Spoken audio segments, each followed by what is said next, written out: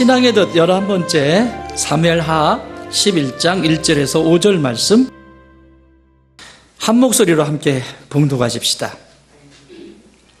시작. 그 해가 돌아와 왕들이 출전할 때가 되매 다윗이 요압과 그에게 있는 그의 부하들과 온 이스라엘 군대를 보내니 그들이 암몬 자손을 멸하고 납바를 에워쌌고 다윗은 예루살렘에 그대로 있더라.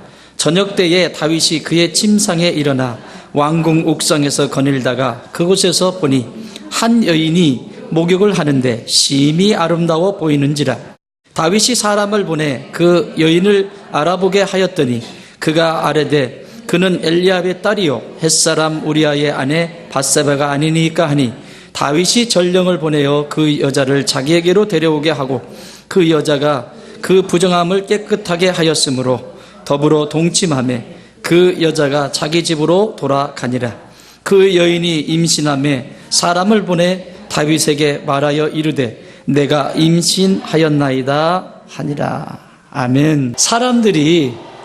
사람들의 마음속에 예수님께서 말씀하실 때 사람을 악하게 하고 사람을 저주의 자리로 끌어가는 것이 어디서 나온다?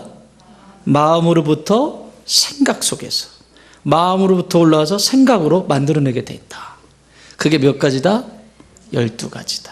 교만부터 시작해서 12가지를 쭉 말씀하고 있습니다. 살인, 시기, 회방 뭐 쭉 있죠? 있어요. 근데 오늘 벌써 11번째 이야기입니다. 12가지니까 다음 주면 이게 신앙의 덫이에요. 어떤 사람은 믿음의 길을 걸어가면서 예수 그리스도 안에 탓을 내리고 그곳에서 흔들리지 않는 믿음을 가지고 사는 사람이 있는가 하면 어떤 사람은 신앙의 여정을 걸어가면서 덫에 트랩에 걸려서 한 발자국도 가지 못하는 고통스러운 신앙의 여정을 걸어가는 사람이 있습니다. 참 고통이죠. 이건 무서움이에요. 근데 오늘 우리가 나누려고 하는 것은 간음입니다. 앞에 수식어가 하나 붙었는데 주부의 그 뭐라고 나왔죠? 나태의 상실 이렇게 바꿔주세요. 특권의 상실. 특권의 상실 간음.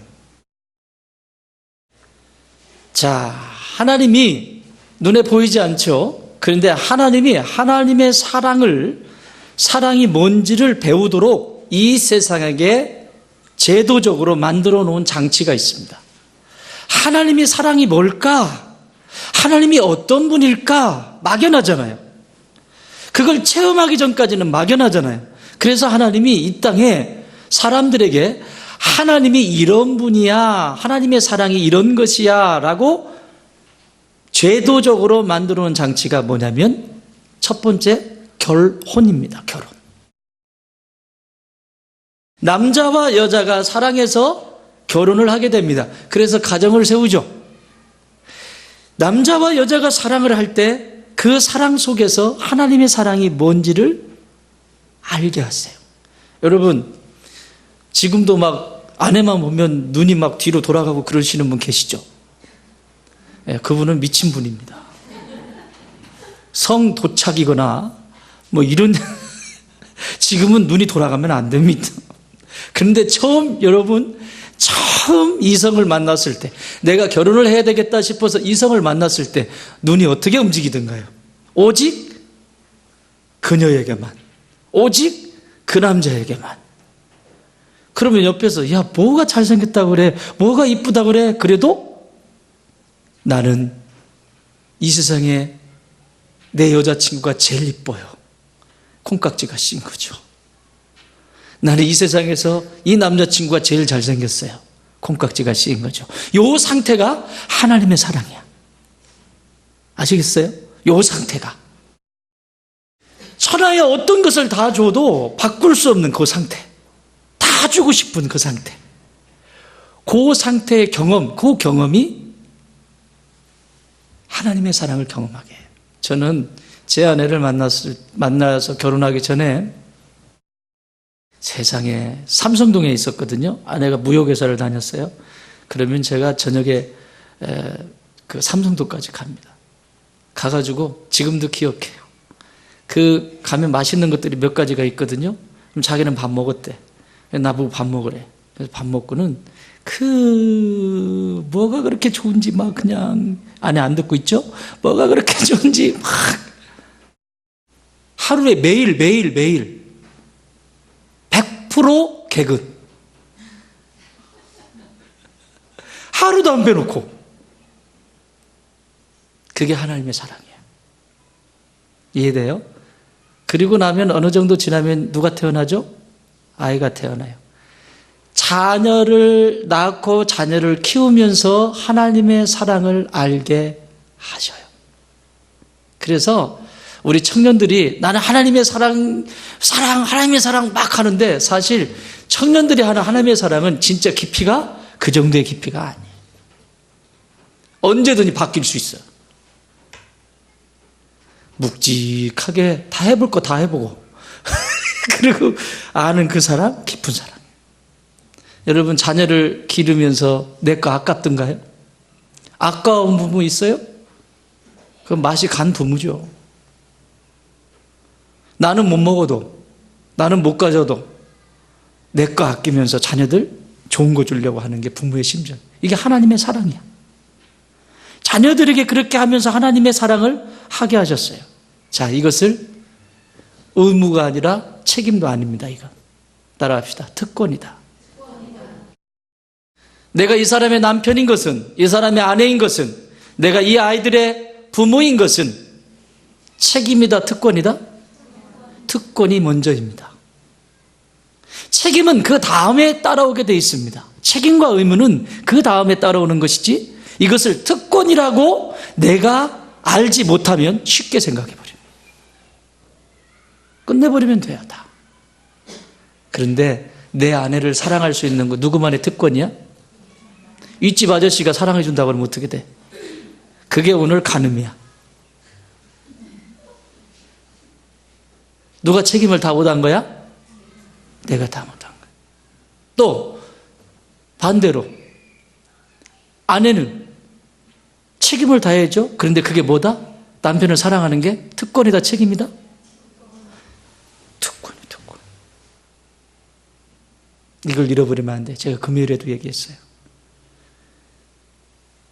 부모의 역할을 하는 건 책임, 의무 이전에 부모만이 할 수 있는, 자녀를 기를 수 있는 특권입니다. 이 특권을 잃어버리면서 간음은 시작됩니다. 이걸 성경에서는 어떻게 얘기를 하고 있냐면 간음에 대해서 이 어덜터리라고 하는 이 간음에 대한 것은 이 국어사전에 이렇게 써 있어요. 부정한 성관계를 함. 주로 배우자 이외의 사람과의 성관계 따위를 이른다. 간음하게 돼 있어요. 근데 헬라어에는 모이케이아라고 하는 단어를 씁니다. 이 간음이라고 하는 모이케이아와 또 다음 시간에 보게 될 음란이라고 하는 포르네이아라고 하는 단어가 있습니다. 여러분 무슨 단어가 떠오르죠? 포르네이아? 학교 다닐 때 썬데이 서울 봤지? 그런 것처럼 음란이라는 것은 포르네이아라고 하는 단어인데 이 모이케이아라고 하는 단어와 포르네이아라고 단어는 항상 따라다녀요. 오늘은 모이케이아라고 하는 간음에 대해서 살펴보려고 해요. 신약 성경에는 4번 나옵니다. 마태복음 15장 19절, 마가복음 7장 21절, 요한복음 8장 3절, 갈라디아서 5장 19절. 그리고 구약 성경에서는 이 모이케이아라고 하는 이 간음이라고 하는 단어가 히브리 말로는 나아프라고 하는 단어인데 이 나아프로 쓰임받는 것이 3번이 나오는데 호세아서 2장 4절, 호세아서 4장 2절, 에레미야서 13장 27절. 신약과 구약에 약간 달라요. 신약에서는 사도 바울이 이 2가지로 이것을 설명하고 있는데 갈라디아 교회를 향해서 이렇게 설명해 주고 있습니다.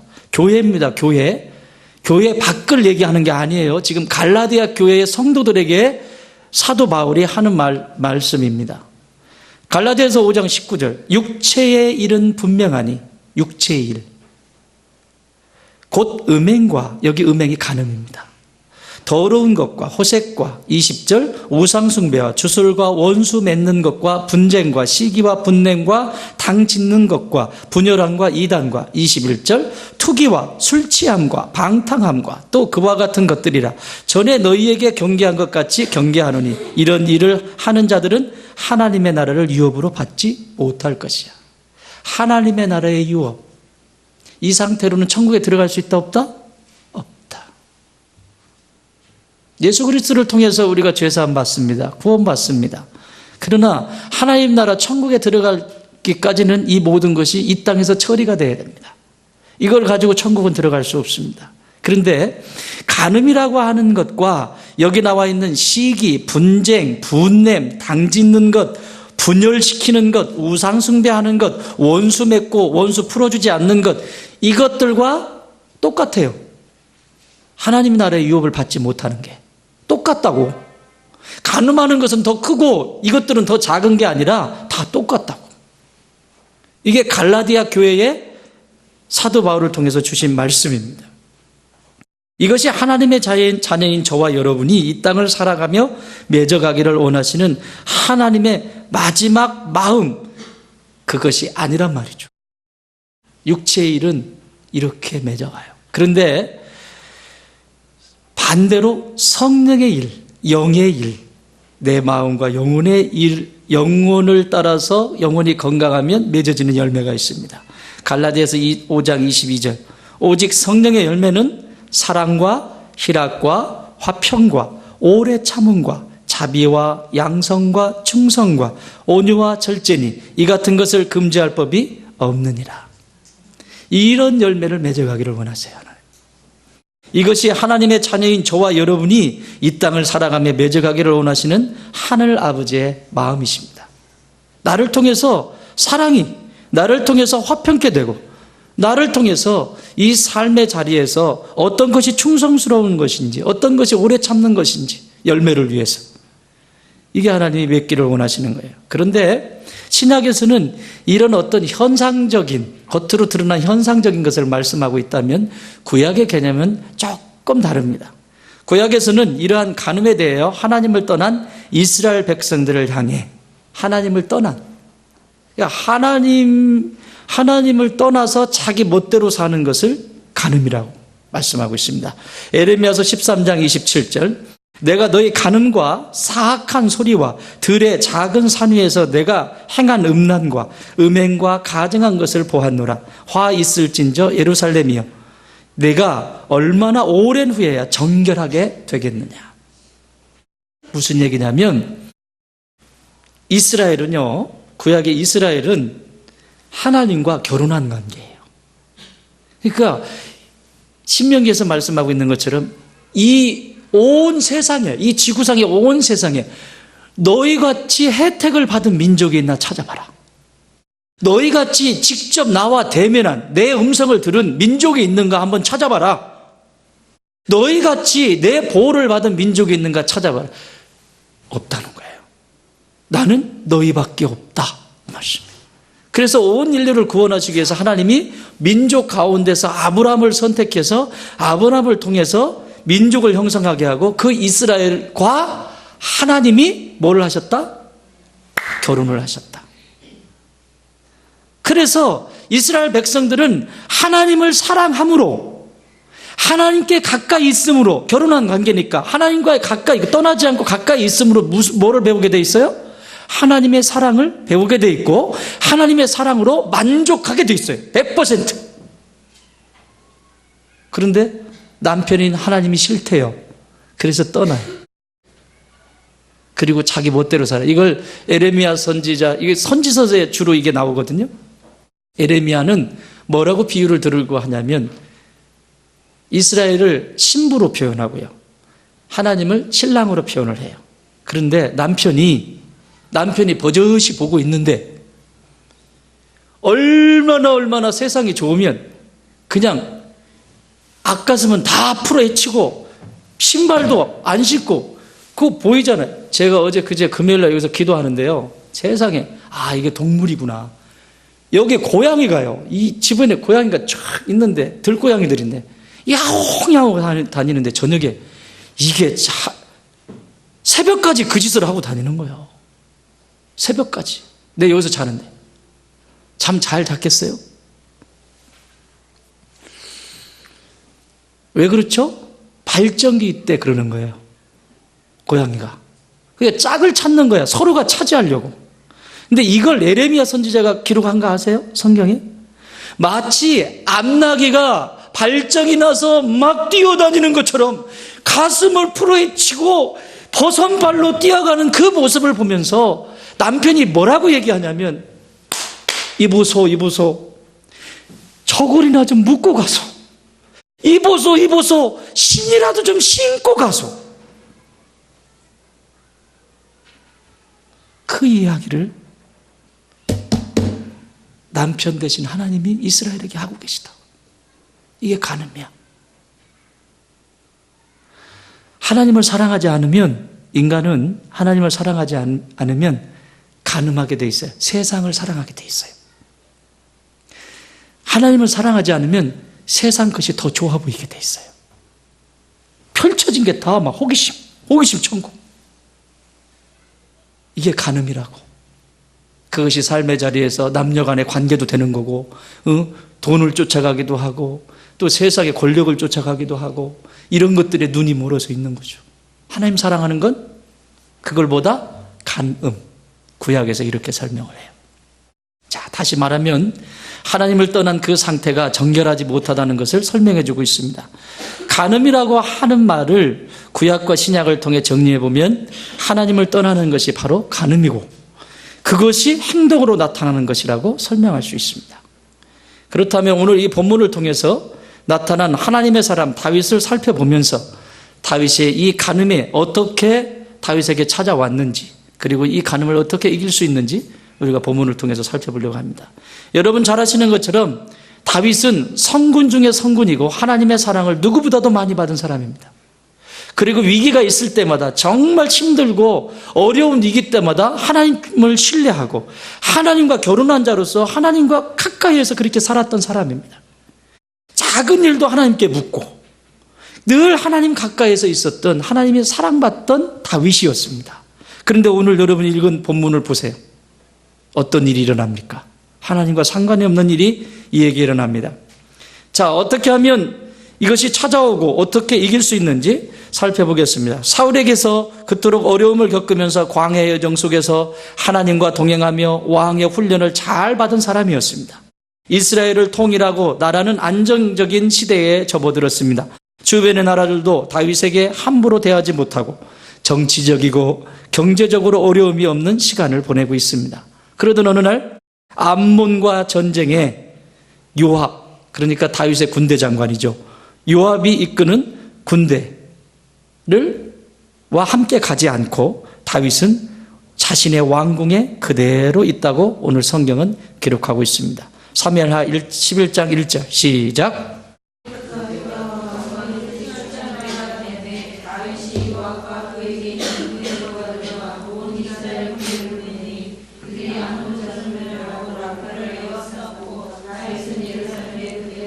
어떻게 있더라? 그대로 있더라. 이게 중요합니다. 그대로 있더라. 어디가 있어야 되죠? 지금 다윗이 싸워야 할 왕입니다. 전쟁터에 백성들을 끌고, 군사들을 끌고 나가 있어야 될 다윗이 나가지 않고 지금 어디에 있어요? 그대로 있더라. 이 단어에 집중하십시오. 그대로 있더라. 싸워야 할 왕이 싸움에 나가지 않고 무기력하게 그대로 왕궁에 있었다는 것입니다. 만약에 예루살렘에 그대로 있더라가 아니라 예루살렘에 무술을 연마하고 있었더라. 예루살렘에 기도하며 기도에 전무하고 있었더라. 예루살렘에 하나님의 말씀을 읽고 묵상하고 있었더라 라고 기록되었다면 오늘 이 일은 일어나지 않습니다. 여러분, 장담할 사람이 아무도 없습니다. 성군 다윗도 넘어졌다면 저와 여러분은 팡팡 넘어지기 딱 좋습니다. 싸워야 될 때 싸우지 않는 것. 간음은 언제 찾아오는가? 따라합시다. 영적 싸움을 포기할 때. 영적으로 지금 싸워야 될 때고, 지금은 기도해야 될 때고, 지금은 말씀 속에서 내 자신을 살펴 회개해야 될 때인데, 영적인 싸움을 싸우는 것을 포기할 때 간음은 찾아오게 돼 있습니다. 그 간음은 찾아와서 삶을 망가뜨리기 시작합니다. 특권이잖아요. 특권. 하나님의, 우리 믿음의 사람들이 길을 걸어가면서 하나님 나라를 위해서 봉사하고 헌신하는 건 이건 의무일까 책임일까? 오늘날 왜 의무? 네, 지금까지 얘기했잖아. 성도만이 갖는 특권이라고. 여러분이 찬양하는 것, 여러분이 하나님 앞에 헌신하는 것, 하나님의 교회에 봉사하고 섬기는 것, 그리고 구제하는 것, 모든 것 누구의 특권이다? 성도에게 주어진, 하나님이 성도에게만 주신 특권이라고. 우리 입술을 열어서 하나님을 높이는 것 우리에게 주신 특권이라고. 그런데 그것이 책임이 되고 의무가 되고, 그래서 오늘날 방황하는 성도들이 너무 많이 있습니다. 그걸 의무로 가져오고 책임으로 가져오고, 그 속엔 특권의식이 없습니다. 하나님께서 내게만 주신 특권이라고 하는 그 특권을 알면 그 특권을 누리셔야죠. 그게 하나님 나라의 상급이잖아. 누리셔야죠. 그런데 오늘 다윗은 자신이 지금 싸워야 될 때, 암문을 쳐 부수고 이스라엘의 평정을 이루어야 되는데, 이스라엘의 평강을 줘야 되는데, 지금 싸우지 않고 그 영적 싸움을 포기한 상태에 이런 일이 일어납니다. 이에서도 사도 바울이 교회들을 향해서 말했던 것처럼 육체의 일을 도모하지 말라고 가르쳐주고 또 싸우라고 가르쳐주고 있습니다.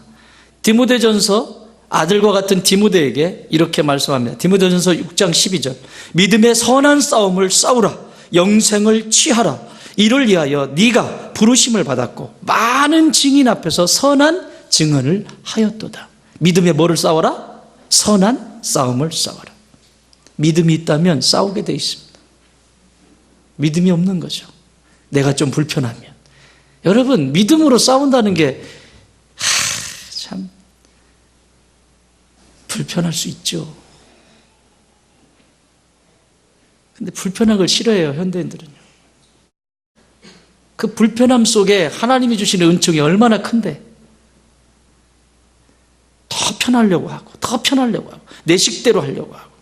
디모데후서 4장 7절에서는 사도 바울은 멋지게 이 영적 싸움을 이기고 난 다음에, 디모데후서는 사도 바울이 이제 죽음을 앞에 두고 했던 고백입니다. 디모데후서 4장 7절, 나는 선한 싸움을 싸우고 나의 달려갈 길을 마치고 믿음을 지켰으니 이제 후로는 나를 위하여 의의 면류관이 예비되었으므로 주 곧 의로우신 재판장이 그날에 내게 주실 것이며 내게만 아니라 주의 나타나심을 사모하는 모든 자에게도 나니라. 모든 자에게. 이렇게 사모하는 자들에게. 믿음의 선한 싸움을 싸웠다라고 말합니다. 나의 달려갈 길을 마쳤는데 믿음을 지켰다라고 말합니다. 여러분, 이 믿음을 지키는 게 쉽지 않잖아요. 믿음이 뭡니까? 하나님의 말씀을 믿는 것이고 이후에 이루실 하나님의 계획을 믿고 나가는 것이죠. 사도 베드로도 또한 역시 똑같은 말을 합니다. 베드로전서 2장 11절, 사랑하는 자들아 거류민과 나그네 같은 너희를 권하느니. 뭐라고요? 거류민과 나그네. 저와 여러분이 거류민이나 나그네 100년도 못 살거든요. 저도 그렇고 여러분도 그렇고. 요즘은 120년 산다고 난리를 치는데 100년 사는 거 힘들어. 어차피 다 가. 그래서 베드로 사도는 이 얘기를 하는 거예요. 다 나그네다. 나그네 된 거류민과 나그네 같은 너희를 권하노니 영혼을 거슬러 싸우는 육체의 정욕을 제어하라. 영혼을 거슬러. 여러분, 믿음의 결국은 뭐다? 베드로전서 2장 9절, 믿음의 결국은 영혼 구원이니라. 여러분의 영혼을 구원하시려고 하시는 거예요, 하나님은. 우리의 육체는 나이가 들어가면서 점점 세해져 갑니다. 그러나 그 속에 영이 어떠냐? 내 속사람은 늘 강건하도다. 내 영혼은 늘 강건하도다. 영혼을 위해서 투자하지 않는다면, 내 영혼을 위해서 투자하지 않는다면, 육체를 위해서는 투자하잖아요. 나는 1층이 싫어요. 너무 불편해요. 우리 집 너무 불편해요. 그래서 오늘 아침에 아내한테 투덜댔어요. 여보, 나 1층이 싫다. 그랬어요. 그 좋은 집을 놔두고 제가 투덜댔어요. 문만 열면 애들이 거기 바글바글 그 앉아있는 자리 있잖아, 왜. 거기 나란히 앉아있지. 집에 들어갈 때도 거기 나란히 앉아. 1층이니까. 그리고 막 먹을 거 막 쓰레기 다 버리고 막 침 뱉고 가고 막, 아우, 막 이게, 편하지가 않아요. 3층 이사롱으로 이사 갔으면 좋겠다. 그 생각해요. 그래서 얘기했더니, 당신 배부르구만. 그래. 잠잘 수 있고, 그곳에서, 그거면 충분한데. 그거 뭐예요? 육체를 따라서 내가 지금 가고 있는 거예요. 근데 제가 하늘을 그때, 그 찰나에 하늘을 보고 있었으면, 나그네로서, 내 영혼을 위해서 육체를 제어하는 그곳에 있었다면 제가 그런 말 했겠어요? 땅을 보고 있으니까 제가 그런 말 했지. 여보, 나 1층 싫다. 그쵸? 불편할 수 있습니다. 이 땅을 살아가면서 불편할 수 있어요. 그렇지만 그 불편함이 저 천상의 하나님 나라를 향한 그 순례의 여정을 걸어가고 있는 그 영광스러운 하늘 집을 짓는 그 건축가로서의 그것과 비교할 수 없다고. 그래서 인내하는 거예요. 여기가 내 집이 아니니까. 여기는 영원한 것이 아니니까. 영원한 것은 하나님 나라잖아요. 그래서 이 안에서 이 땅을 살아가면서 선한 일을 하고 하나님이 기뻐하시는 일을 찾아서 하는 거 아니겠어요? 나의 영혼을 위하여 싸워야 한다라고 말씀합니다. 우리의 가족들이 영혼을 위하여 싸우셔야 합니다. 여러분의 자녀들의 영혼을 위해서 싸우셔야 합니다. 더 나아가 성도들은 공동체에서 이렇게 싸우라고 가르쳐주고 있습니다. 에베소서 6장 10절. 끝으로 너희가 주 안에서와 그의 힘의 능력으로 강건하여지고 11절 마귀의 간계를 능히 대적하기 위하여 하나님의 전신갑주를 입으라 12절 우리의 씨름은 혈과 육을 상대하는 것이 아니요 통치자들과 권세자들과 이 어둠의 세상 주관자들과 하늘에 있는 악의 영들을 상대함이라. 싸우셔야 돼요. 다윗은 오늘 이것을 포기했어요. 싸우지 않아요. 이처럼 싸워야 할 때 싸우지 않는다면 간음의 덫에 걸려들게 돼 있습니다. 그래서 하나님 싫어해요. 첫 번째, 하나님 싫어해요. 왜? 하나님 빛이시잖아요. 하나님과 좋은 관계를 하면 어두운 행동을 할 수가 없어요. 제가 여기서 누워 있으니까요. 여기 지금 이 비상등 지금 전혀 밝지 않죠? 이 비상등이. 여기 저녁이 되면 얼마나 밝은 줄 아세요, 저게? 지금은 아무것도 아니잖아, 저거. 근데 저녁이 되면요, 저게 눈이 부서서 잠을 못 자요. 그 정도로 밝아요. 깜깜한 밤에는. 내가 주님과 함께 있어요. 여러분, 일단 내가 사고를 치려면 세상에 나가서 하나님 싫어하는 사고를 치려면 하나님과 멀어져야 돼요. 멀어지면 사고 칩니다. 그게 행동으로 남편 몰래, 아내 몰래 간음하게 되는 거고. 그렇죠? 세상의 권력을 잡는 간음을 하게 되는 거고 이런 일을 하게 되는 거죠. 특권인 줄을 모르고 책임 다 하지 않는다고. 네가 내 책임 다 안 했잖아. 의무 다 하지 않았잖아. 그 특권의식을 잃어버리게 되고 그렇게 살아버리는 거예요. 오늘 다윗은 자신을 지키고 공동체를 지킬 싸움을 포기했습니다. 그로 인하여 그의 미래는 비극적인 미래로 맞이하게 됩니다. 여러분 따라합시다. 싸워야 할 때 싸우지 않으면 우리의 미래는 비극적이다. 여러분 희극으로 끝나겠어요? 싸울 때 싸우지 않는데 여러분 국가도 전쟁해야 될 때 전쟁하지 않으면 군인들이 무서워서 덜덜 떨고 도망가고 군인들이 싸우지 않고 나라를 지켜내지 못하면 그 나라는 어떻게 됩니까?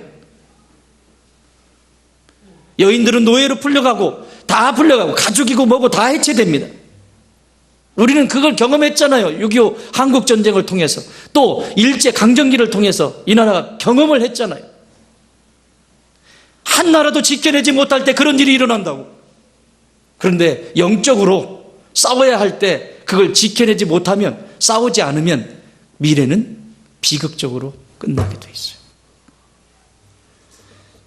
지금은 우리가 자녀들을 위하여 가정과 교회를 위하여 싸워야 할 때입니다. 그래서 하나님께서 굿랜드 11FC 남편들은 두 손을, 거룩한 두 손을 들고 가정을 위해서, 교회를 위해서 기도할 것이며, 아내들은 그를 위하여 하나님의 말씀을 붙들고 하나님의 교회와 가정을 위해서 헌신할 것이며, 자녀들은 순종할지어다.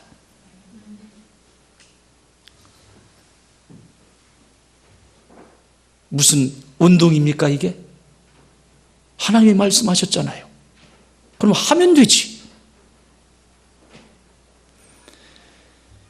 자녀들은요, 여러분 지금 어린애들이잖아. 우리 성도들은 다 이렇게 젊어서 아이들이 어리잖아요. 초등학생들, 뭐 다 애기들, 유치원생들 이러잖아요. 지금은 할만하지. 그 아이가 잘 컸는지, 건강한지, 건강하지 않는지 언제 보면 되냐면 사춘기가 딱 되면 표시가 납니다. 나는 수도 없이 수많은 사람들을 상담하고 수없이 많은 사람들을 만날 때마다 뼈저리게 느끼는 거예요. 그래서 이렇게 오해를 토하고 매일같이 강조하고 또 강조하지 않습니까? 지금 잘 키우라고. 사춘기가 딱 되면 이 아이가 영적으로 잘 컸는지, 정신적으로는 건강하게 컸는지, 관계적으로도 건강하게 컸는지 사춘기가 되면 딱 표시가 나요. 영적으로 잘 컸으면 엄마 아빠가 이 아이 어렸을 때보다 하나님을 사랑하고 하나님의 교회를 사랑하고 하나님 모든 일이, 무슨 일이 있을 때마다 하나님 앞에 하나님을 의지하고 주의 종을 의지하고 기도해달라 하고 이렇게 배웠다고 해보세요. 그 아이 교회 떠나라 그래도 떠나지 않고 청소년기가 되어서도, 그 시절에 사춘기가 되어서도 하나님 사랑하는 법을 떠나지 않습니다. 마땅히 가르칠 바를 가르치면, 가르쳤다 안 가르쳤다? 안 가르쳤다. 싸워야 할 때 안 싸웠다. 대충 들은 소리, 장로의 유전, 신앙생활을 이렇게 하는 거야. 말씀은 적당히 이렇게 공부하면 되고 어디 이상한 소리만 잔뜩 들었어.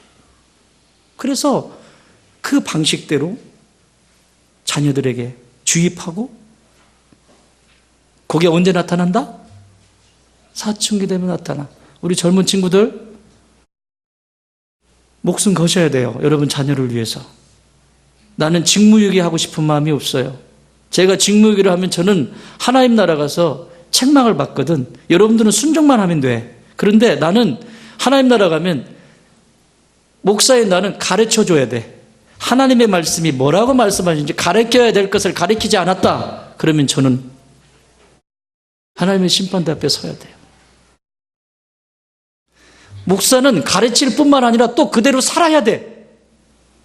여러분은 순종만 하면 되지 그냥 살기만 하면 되죠. 그러나 목사는 가르친 대로 살아야 되기 때문에 힘든 거예요. 이 자리에 있을래요? 왜 고개를 설레설레? 한번 해보지. 말씀을 기이 받고 그것을 간직하고 실천하세요. 저는 얘기 다 해줬어요. 그걸 순종하느냐 안 하고는 누구 책임? 여러분의 책임이에요. 그때 그날에 슬피 울지 않으려면 지금부터 영적인 것은 엄마와 아빠가 기도함으로 교회, 가정의 작은 일부터 일들이 일어날 때마다 우리 하나님 앞에 기도하자. 목사님한테 가서 기도받자. 기도하러 가자. 손에 잡히는 대로 다 정리하지 말고 가르치세요. 그 아이가 영적으로 반듯하게 설 수 있습니다. 이제 초등학교 말 배우고 이제 초등학교 다니는 애한테 막 교회에 대해서 욕하고 주의 종에 대해서 욕하고 부정적인 말을 찾고 하고 그래요. 그때는 뭐 입이 그냥 짭짜름하니까 할만하겠죠. 그러나 그 열매 언제 먹는다? 사춘기 때. 근데 이 사춘기 때는 심리학적으로도 사춘기가 되면, 그 아이가 사춘기면 엄마 아빠도 뭐다? 사축이라고 해. 딱 걸려. 엄마 아빠도 사춘기야. 제2의 사춘기에 걸려. 이걸 살아야 될지 말아야 될지, 이걸 인생을 어떻게 해야 될지 고민하고 있는 그 시기에 아이는 사춘기에 딱 걸려서 그것과 같이 만난다고. 그러니 엄마 아빠도 영적으로 반듯하게 서 있지 않지, 순종하지 않지. 애는 애대로 막 어떻게 해야 될지 모르고 분주하고 막 그렇게 하는데 그걸 잡아줄 길이 없지. 그런 가정은 어떻게 되겠어요? 마귀가 쓰기에 아주 딱 좋은 토양의 가정의 구조를 가지고 있는 거예요. 이해되십니까? 싸우십시오. 영적 전쟁을 해야 될 때 전쟁을 하지 않으면 간음의 덫에 걸리고 여러분의 미래는 비극적이 될 수밖에 없습니다. 두 번째는 본문에서 성경은 시간에 대해 설명하고 있습니다. 사무엘하 11장 2절 시작.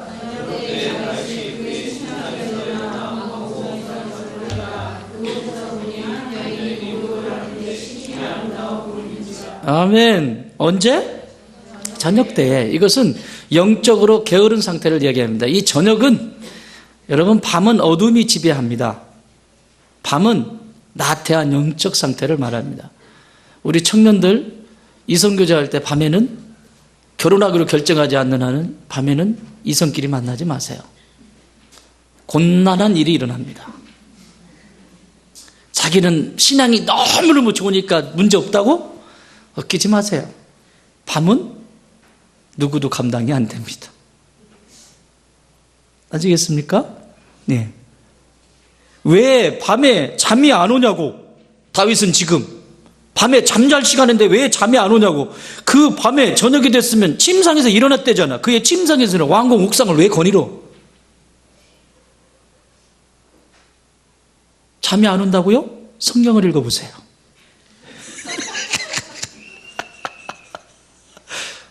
잠이 안 오세요? 성경을 읽어보세요. 다윗이 지금 성경을 읽었다는 말이 없습니다. 잠이 잘 왔을 텐데 저녁인데 잠 안 자고 왜 어슬렁거리면서 올라와서 자 그래 젊은이들이 노는 막 그 불빛이 반짝반짝한데 저녁에 갔어. 다 이쁘지? 형제님 노래 안 간 척하고 그러고 있지 말고 다 이쁘지? 나이트에서 만난 분들도 계시다면서요? 이쁘지 않은 사람이 없어. 밤이잖아. 불빛이 쫙 움직이지 개스름하게 보이지. 거기다가 또 한 잔 탁 감사했습니다 딱 이렇게 따가지 막 이제 막 이제 이게 보통이 아니지 이게. 거기다가 잉크 한번 딱 해봐. 딱 걸리는 거지. 밤은 유혹입니다. 밤에 깨어있지 않으면 영적으로 내가 어두움을 지나고 있는데 내가 영적인 어두움을 지나고 있는데 깨어있지 않으면 죽습니다. 낚이게 되어 있습니다. 저녁에 침상에서 일어났다는 것은 잠이 오지 않았다는 것입니다. 잠이 오지 않았을 때 가장 좋은 방법은 뭐 하라고요? 네, 농담입니다. 그리고 옥상에서 여인이 목욕하는 것을 보니 심히 아름다웠다고 성경 기록합니다. 밤에 보면 다 아름다워요. 영적인 것에 관심이 없으면 세상이 다 아름다워 보입니다. 다 아름다워 보입니다. 다 좋아 보입니다. 이것을 오늘 성경은 간음이라고 말합니다. 그래서 간음의 덫에 걸려드는 거예요. 그래서 사도 바울은 갈라디아서 6장 8절에서 이렇게 말씀합니다. 자기의 육체를 위하여 심는 자는 육체로 썩어질 것을 거두고 성령을 위하여 심는 자는 성령으로부터 영생을 거두리로다. 아멘. 성령, 거룩한 영으로 심으니까 영생을 거두게 되잖아요. 다윗의 아들 솔로몬은 이 영적 게으름에 대해서 이렇게 기록하고 있습니다. 잠언서 12장 24절. 부지런한 자의 손은 사람을 다스리게 되어도 게으른 자는 불임을 받느니라. 오늘날 젊은이들이 사업한대요. 근데 그 영역에 대해서 안다 모른다? 전혀 몰라. 해본 적이 없어. 경험해본 적이 없어. 그런데 돈은 있겠다. 여기도 이 동네도 많아요. 땅 부자들 땅 팔아가지고 자기 사업한다고 전혀 자기과 상관이 없는 것을 사업을 하겠대. 여러분, 사업이라고 하는 것은 무슨 일을 한다고 하는 그 일에 대해서 내가 경험해본 게 있어야 됩니다. 밑에서 일해본 경험이 있어야 된다고. 그래야 되지. 일한 경험이 있어. 사장, 그래, 명함은 사장이야. 그런데 직원 쓰면 직원이 누구를 부려? 사장을 부리게 돼 있어. 그래서 망하는 거예요. 그런데 내가 경험이 있으면 직원을 부릴 수 있잖아요. 야, 여기 이거 딱 모르니까 직원이 사장님 이거 필요한데요? 그럼 여기 쫓아가고, 사장님 저거 필요한데 저거 쫓아가고. 사장이 오러가 돼 있고 사장은 분주하기 그지없죠. 이 얘기를 하는 거예요. 지금 영적인 것 다시 바꿔서 얘기해 볼까요? 자신의 영혼을 가꾸기에 부지런한 사람은 간음의 덫에 걸리지 않고, 영혼을 가꾸지 않는 게으른 자는 오히려 세상으로부터 부림을 받는다, 이런 뜻입니다. 세상이 나를 부려, 세상이 우리 가정을 부리고, 세상에 우리 자녀들을 부리고, 세상이 부리게 만들어 버린다고. 내가 다스려야 되는데, 여러분을 창조하시고 하나님이 뭐라고 말씀하십니까? 다스리고 정복하라. 세상을 다스리고 정복하라. 세상을 다스리도록 하나님의 백성으로 십자가의 그 고통을 다 치르시고 하나님의 자녀 삼아 주셨다고요. 그런데 세상이 나를 다스리게 내오나. 왜? 영적으로 게으르니까. 기도해야 될 때 기도하지 않고, 깨어있어야 될 때 깨어있지 않고 자기 식대로 살아버리는.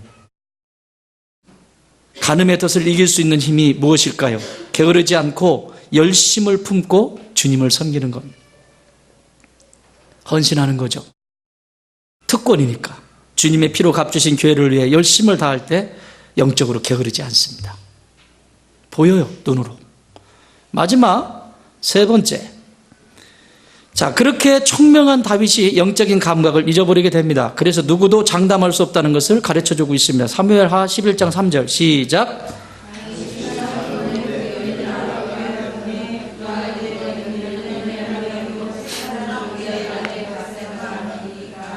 아멘. 누구의 안에? 우연히 볼 수는 있어요. 갔다가 올라갔다가. 그렇지만 그걸 계획적으로 알아보게 합니다, 지금. 그리고 결국 자신의 욕망을 채우는 데까지 접근을 하기 시작합니다. 이것이 바로 영적인 무감각입니다. 영적 무감각. 그래서 세 번째는 이 영적 무감각이에요. 간음에 빠지는 사람의 모습이 영적인 무감각. 세상이 좋아 보일 수 있어요. 돈이 좋아 보일 수 있고 권력이 좋아 보일 수 있고 세상이 좋아 보일 수 있는데 거기에 빠지면 된다, 안 된다? 좋아 보일 수는 있어요. 그러나 돌이킬 수 있잖아요. 그것이 먼저가 아니라는 걸 알 수 있잖아요. 그런데 그것이 좋아 보여. 그리고 그걸 계획적으로, 돈을 벌기 위해서 계획적으로, 하나님 없이 주의려고 뭐고 없어. 그냥 계획적으로 돈, 명예. 어떤 사람은 또 이성에 빠져가지고 막 거기에 빠져서 살아가. 이것이 영적인 무감각입니다. 간음의 덫은 영적으로 무감각할 때 찾아옵니다. 꼬집어도 아프질 않아요. 문둥병처럼. 꼬집어도 아프지 않다니까요. 양심이 움직임이 없어요. 에베소 교회의 성도들을 향해서 바울 사도는 이렇게 고백합니다. 이렇게 선포합니다. 에베소서 4장 18절. 성도들한테 하는 말이에요. 이게 교인이 아니라 밖에 있는 사람들이 아니라 성도들한테 하는. 그들의 총명이 어두워지고 그들 가운데 있는 무지함과 그들의 마음이 굳어짐으로 말미암아 하나님의 생명에서 떠나 있도다.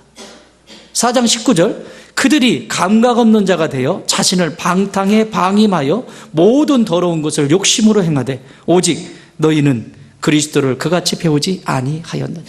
다 방.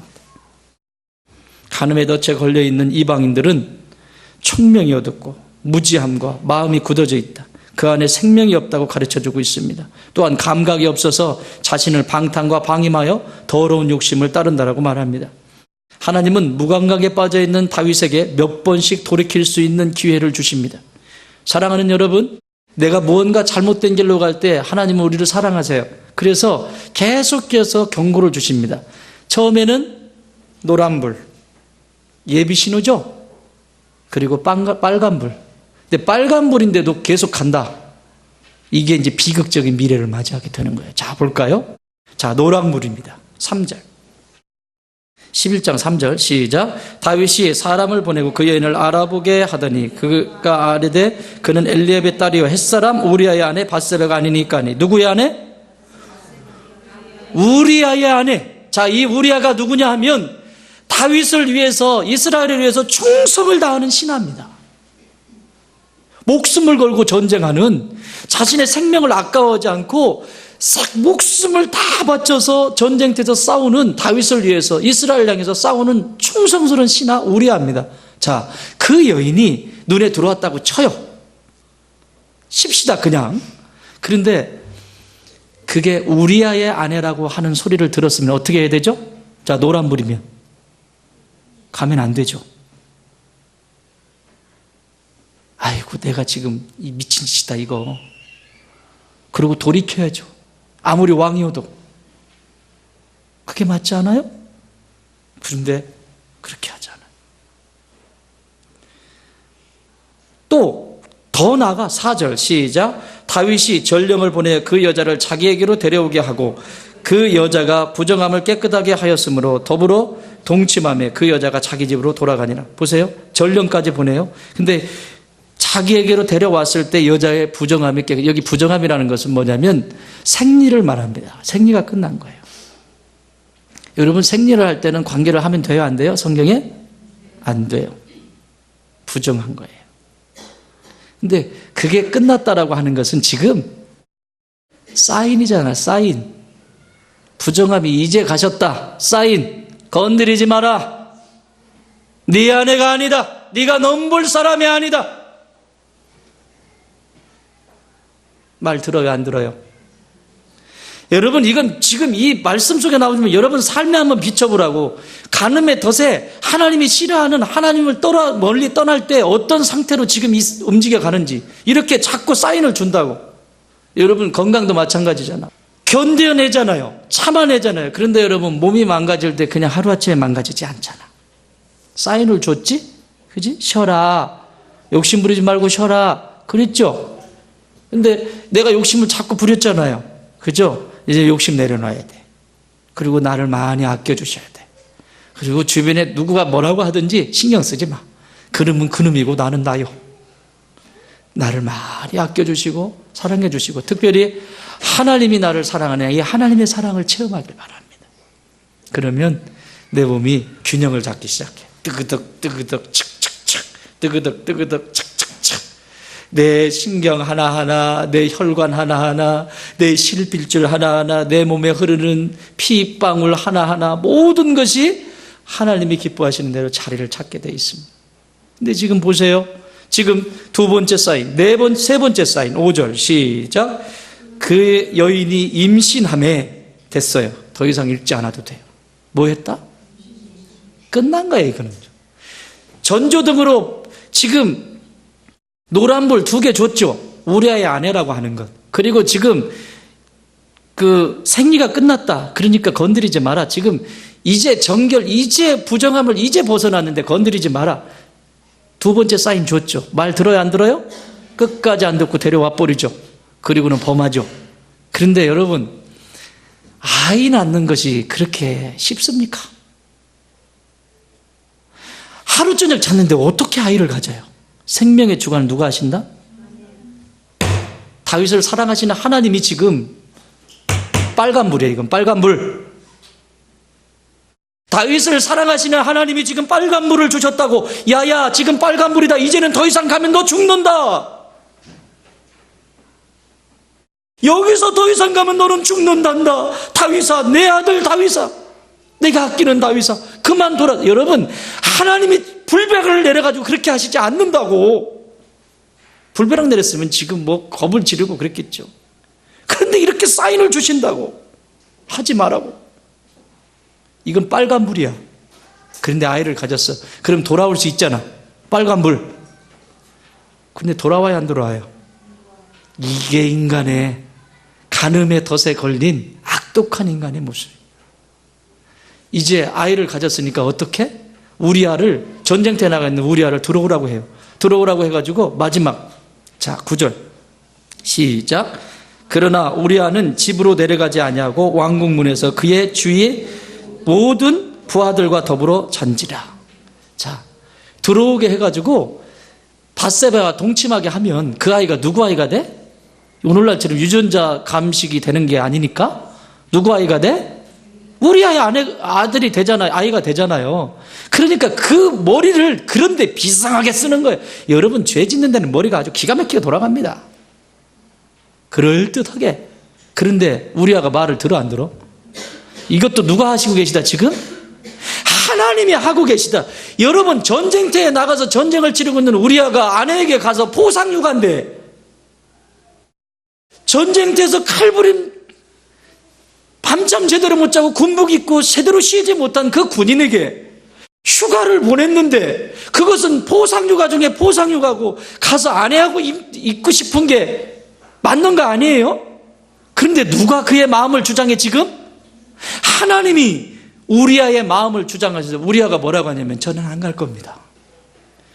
지금 전쟁터에서 저렇게 싸우고 있는데 제가 어떻게 두 다리 뻗고 아내하고 잠자리에서 그렇게 보낼 수 있게, 휴가를 보낼 수 있겠습니까? 그러고는 왕궁에서 떠나지 않고 거기서 쪼그리고 잔 거예요. 그러면 이거는 진짜, 이렇게 지독한 게 나라고. 뭐가 그렇게 대단해서 목 뻣뻣하게 들고 말이지. 정도는 괜찮죠. 심히 부패한 게 뭐다? 인간의 뭐다? 심히 부패한 게 인간의 뭐다? 음식이 부패한 거는 버려버리면 되지. 근데 인간의 마음이 부패해버리면, 교만해버리면 이건 버리지도 못하고 평생 짐이야. 짐. 하나님의 근심거리. 그렇죠. 그걸 몇 번씩이나 해요 지금? 2번. 13절. 또 2번 또 기회를 줘. 그 이튿날 또 가라 그래. 13절. 다윗이 그를 불러서 그리고 그 앞에서 먹고 마시고 취하게 하니 이제는 술까지 먹여. 술 먹으면 갈 줄 알고. 여러분, 남자가 술 먹었는데 여자 생각 안 납니까? 자기 아내? 정당한 건데 술까지 먹여. 자, 술까지 먹였습니다. 저녁 때에 그가 나가서 그의 주의 부하들과 더불어 침상에 눕고, 집에 갔어요 안 갔어요? 그의 집으로 내려가지 아니하니라. 누가 하셨다 이거? 보이세요? 하나님이 하고 계시다고 지금.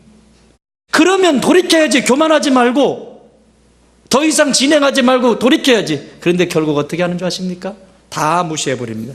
하나님이 기회를 그렇게 주시는데 영적 무감각에 빠져버린 다윗에게 이 기회를 계속 2번, 3번, 4번 계속 주시는데 그거 다 무시해버립니다. 노란불 2개, 빨간불 2개 다 무시해버리고, 그리고 심지어는 우리아를 전쟁터에 나가서, 그것도 가장 강렬한 맨 앞에 전쟁터에 보내서 우리아를 죽여버립니다. 얼마나 잔인해요. 밧세바를 취한 것을 하나님은 다윗에게 노하신 것이 아니라 그 충성스러운 우리아를 그렇게 기회를 주는데도 죽여버리고 그 아내를 취한 다윗의 모습을 보면서 하나님이 분개하십니다. 자, 12장 6절 5절 6절 같이 읽습니다. 시작. 다윗이 그 사람으로 말미암아 노하여 나단에게 이르되 여호와의 살아계심을 두고 내가 맹세하노니 이를 행한 그 사람은 마땅히 죽을지라. 6절 시작. 그가 불쌍히 여기지 아니하고 이런 일을 행하였으니 그 양새끼를 4배나 갚아 주어야 하리라. 지가 한 짓이에요.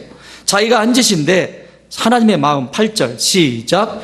네 주인의 집에 내가 주고 네 주인의 아내들을 내 품에 두고 이스라엘과 유다 족속을 내게 맡겼느니라. 만일 그것이 부족하였을 것 같으면 내가 너에게 이것저것 더 주었으리라.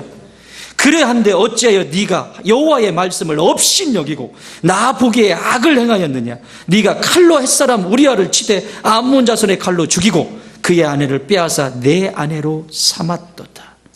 이제 네가 나를 없인 여겼다. 사랑하는 여러분, 하나님이 말씀하시면 마음을 강박하게 하지 마세요. 여러분의 기준이 아무리 높아도, 내가 가지고 있는 것이 아무리 주장해도 필요 없어. 이스라엘 백성들이 그랬어. 하나님의 율법이 계명이 선포되는데 너의 마음을 더 이상 강팍하게 하지 마라. 사랑하는 여러분, 여기 있는 저나 여러분이나 누구도 장담할 수 없습니다. 특권이라고 하는 것을 잃어버리면 간음의 덫에 걸리게 되어 있습니다. 남편의 특권, 아내의 특권, 부모로서의 특권, 성도로서의 특권을 잊지 마십시오. 꽉 잡으십시오. 그러면 더 이상 영적으로 무감각하지도 않고 게으르지도 않습니다. 그리고 부지런히 하나님의 기쁨을 위해서 쓰임받게 됩니다. 말씀을 정리합니다. 하나님 앞에서 다윗처럼 우리는 완전하지 않습니다. 그러나 언제나 우리에게 돌아올 수 있는 기회는 하나님은 언제나 주고 계십니다. 지금도 주님은 내가 돌아오기를 기다리고 계세요. 계속해서 기회를 이 사람을 통해서, 이 사건을 통해서 계속해서 주세요. 다윗처럼 영적 전쟁을 포기함으로 자신을 지키고 가정과 공동체를 지킬 싸움을 포기하지 마십시오. 다윗처럼 영적 게으름으로 자신의 영혼에 관심이 없는 자가 되지 마십시오. 가족들의 영혼에 관심 없는 자가 되지 마십시오. 열심을 다해 주님을 섬김으로 성도의 본분을 지키십시오. 다윗처럼 오늘 영적 무감각으로 말미암아 간음의 덫에 걸려 심령이 가난하지 못함으로 천국이 아니라 지옥을 선택하지 마십시오. 하나님은 지금 저와 여러분에게 천국을 열어놓고 계십니다. 주님의 음성에 귀를 기울이십시오.